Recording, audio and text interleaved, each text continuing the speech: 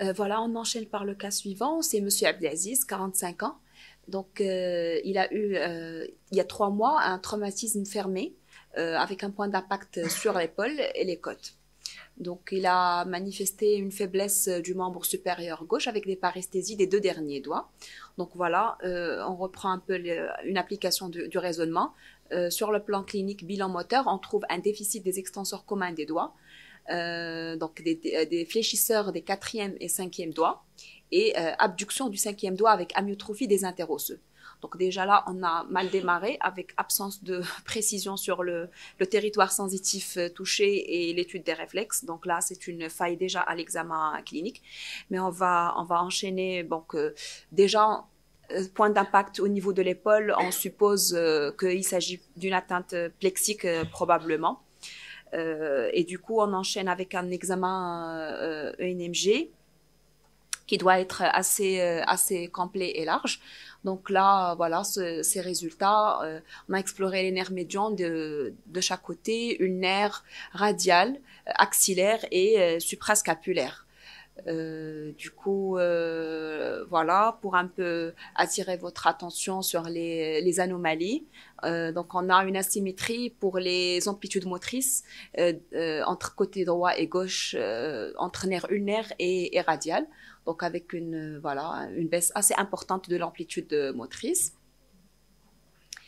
Et du coup, sur le plan des sensitifs, on a une altération de la réponse du nerf radial gauche et absence de réponse pour le nerf cubital gauche. Donc, on complète par la détection. Donc, à l'aiguille, on avait trouvé un tracé d'effort neurogène sur le muscle abducteur du 5e doigt et premier interosseux. Et sur l'extenseur commun des doigts, donc pour ce qui est innervation radiale, est normale sur le triceps. Et pour étudier un peu un nerf adjacent à ces 2 nerfs, on a fait la détection sur les nerfs, sur les muscles, les muscles à innervation médian, corps abducteur du pouce et grand palmaire pour un muscle qui est plus proximal, et ils étaient normaux.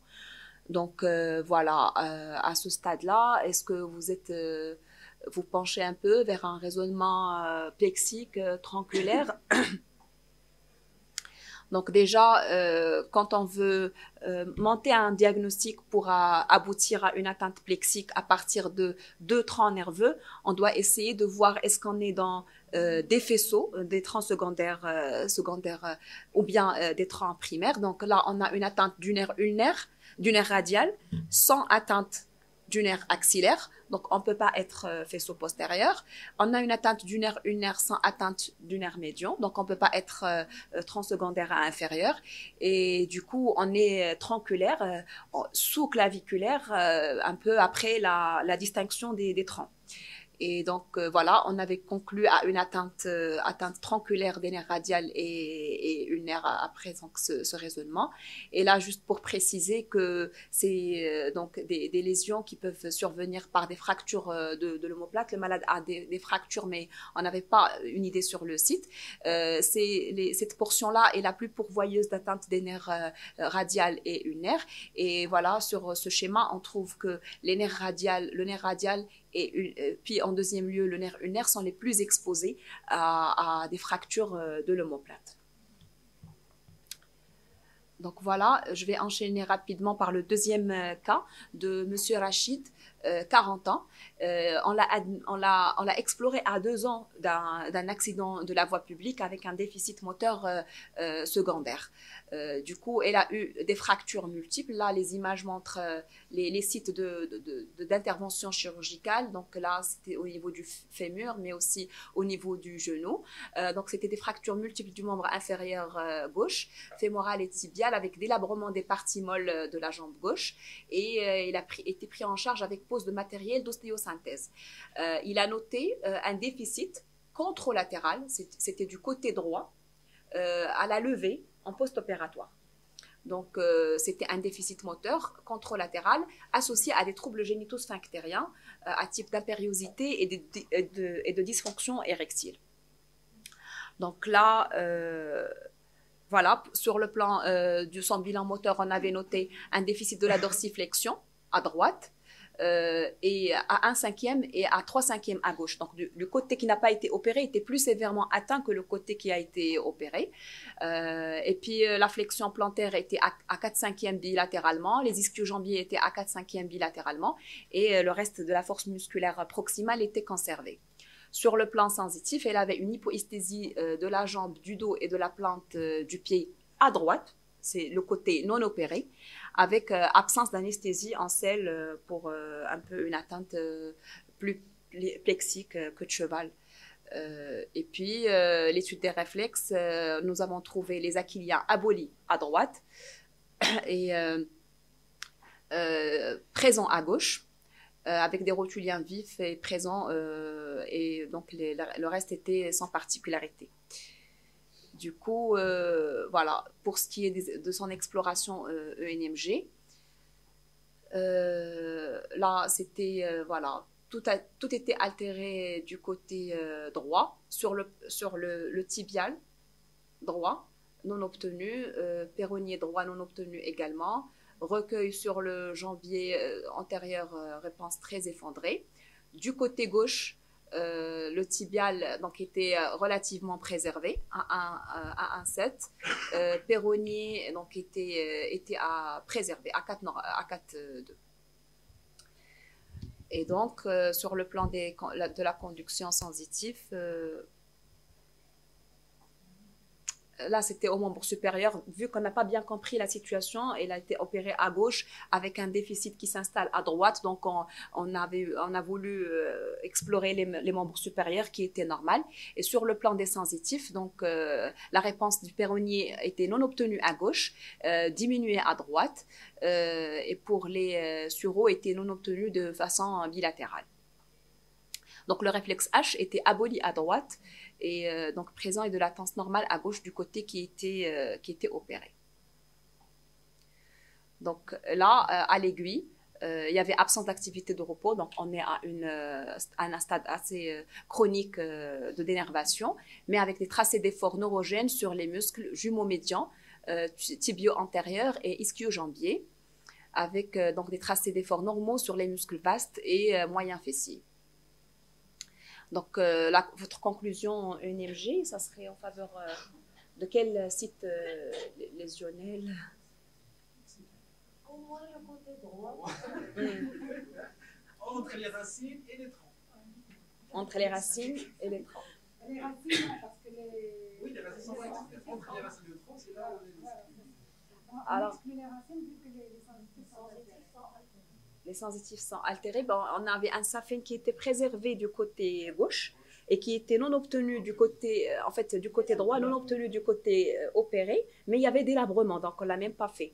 Mais du côté déficit sans acte chirurgical, il était préservé, avec un fémoral qui était comparable des deux côtés. Donc, on était plutôt... Le saphène était à 4, il était à 4,5. Bon, on est plus tronculaire sciatique bilatéral. On a une explication du côté gauche parce qu'il a eu des interventions, mais du côté droit, c'est non expliqué avec des lésions, des troubles sphinctériens qu'on a gardé en tête aussi, qu'on n'arrive pas à expliquer à ce stade. Donc, on avait conclu à une atteinte des trains sciatiques à l'échancrure parce que là, on a supposé que le site lésionnel était là, du moment que les moyens fessiers étaient normaux. Et donc, on est plus bas situé parce que les ischio-jambiers sont concernés et puis le reste des muscles distaux. Ça colle très bien du côté gauche, mais du côté droit, on avait retenu le même site lésionnel, mais de cause indéterminée. Donc, voilà. Et on a demandé de compléter par une IRM radiculoplexique, donc à l'étage lombosacré, comme il est déjà venu par une IRM lombaire et sacré sans particularité, qui n'explique pas en tout cas le déficit à droite. Et là, sur l'IRM, donc voilà, je ne vais pas vous faire beaucoup de suspense, c'était un peu étudié et réétudié pour retenir un aspect fusiforme du nerf sciatique à l'échancrure comparativement au côté homolatéral. Et du coup là, on avait fait une petite recherche pour comprendre ce mécanisme qui a fait qui a laissé une signe de souffrance. Là, on voit un épaississement focal du nerf. Et du coup, là, c'est déjà rapporté dans la littérature, dans les revues d'orthopédie, et puis qui explique que au niveau de la table de la chirurgie, il y a plusieurs positions. Pour un peu réaliser les gestes et faire les tractions. Cette position, la position 1, ça s'appelle hémilithotomie position. Donc, c'est une position qui est à éviter car elle expose à des risques d'atteinte du nerf sciatique à l'échancrure, mais aussi du nerf péronnier parce que la jambe elle est posée sur ce levier. Donc, le fait de réaliser une traction au niveau de la région péréniale, elle peut exposer à des lésions du nerf sciatique contralatéral. Et donc, probablement, c'était le mécanisme lésionnel chez ce patient. Et par contiguïté, on a le nerf pudendal qui passe à côté du nerf sciatique. Et là, l'atteinte du nerf pudendal est rapportée avec une fréquence un peu variable entre les séries. Et du coup, ça explique la dysfonction érectile de notre patient.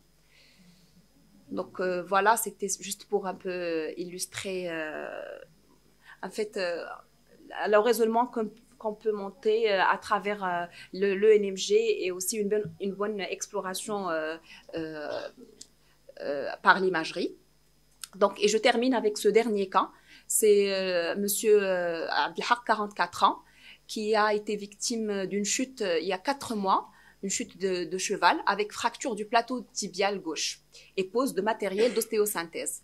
Donc, il a présenté en post-opératoire des paresthésies dans le territoire du nerf péronnier avec un pied tombant. Donc, son bilan clinique montre un déficit à 4/5 des releveurs du pied et extenseurs des orteils du côté gauche, avec un déficit à 0/5 du gros orteil. Donc, c'était un peu prépondérant sur le gros orteil. Sur le plan sensitif, il avait une hypoesthésie de la face dorsale du pied gauche et ses réflexes étaient présents et symétriques aux 4 membres. Donc là, juste un peu pour rappeler que le nerf péronnier se bifurque au niveau du col en branche superficielle et branche profonde. La branche superficielle, elle dessert donc les muscles lents péroniers et la branche et le territoire sensitif, et la branche profonde, elle dessert le tibial antérieur et les extenseurs, y compris le muscle pédieux. Donc là, sur le plan de la conduction, les amplitudes motrices donc voilà, étaient non obtenues du côté gauche sur le recueil pédieux, mais obtenues sur le tibial antérieur. Donc, je ne sais pas si on retient que c'est anormal ou que c'est juste une asymétrie qu'on peut tolérer. Et pour le péronnier superficiel, il était non obtenu à gauche. Donc, franchement, moi, j'étais un peu... j'ai pas bien compris au début cette discordance un peu muscle distal et proximal, alors qu'ils sont desservis par la même branche.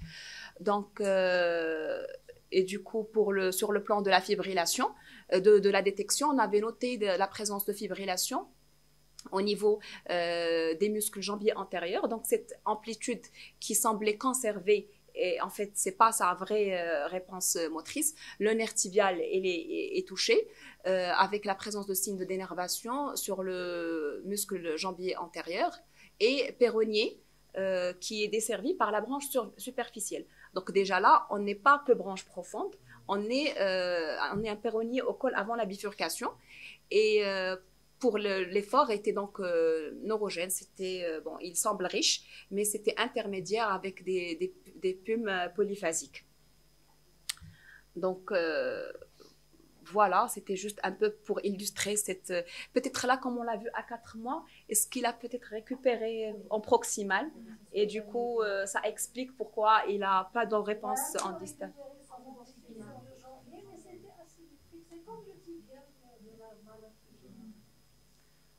Donc voilà, merci pour votre attention.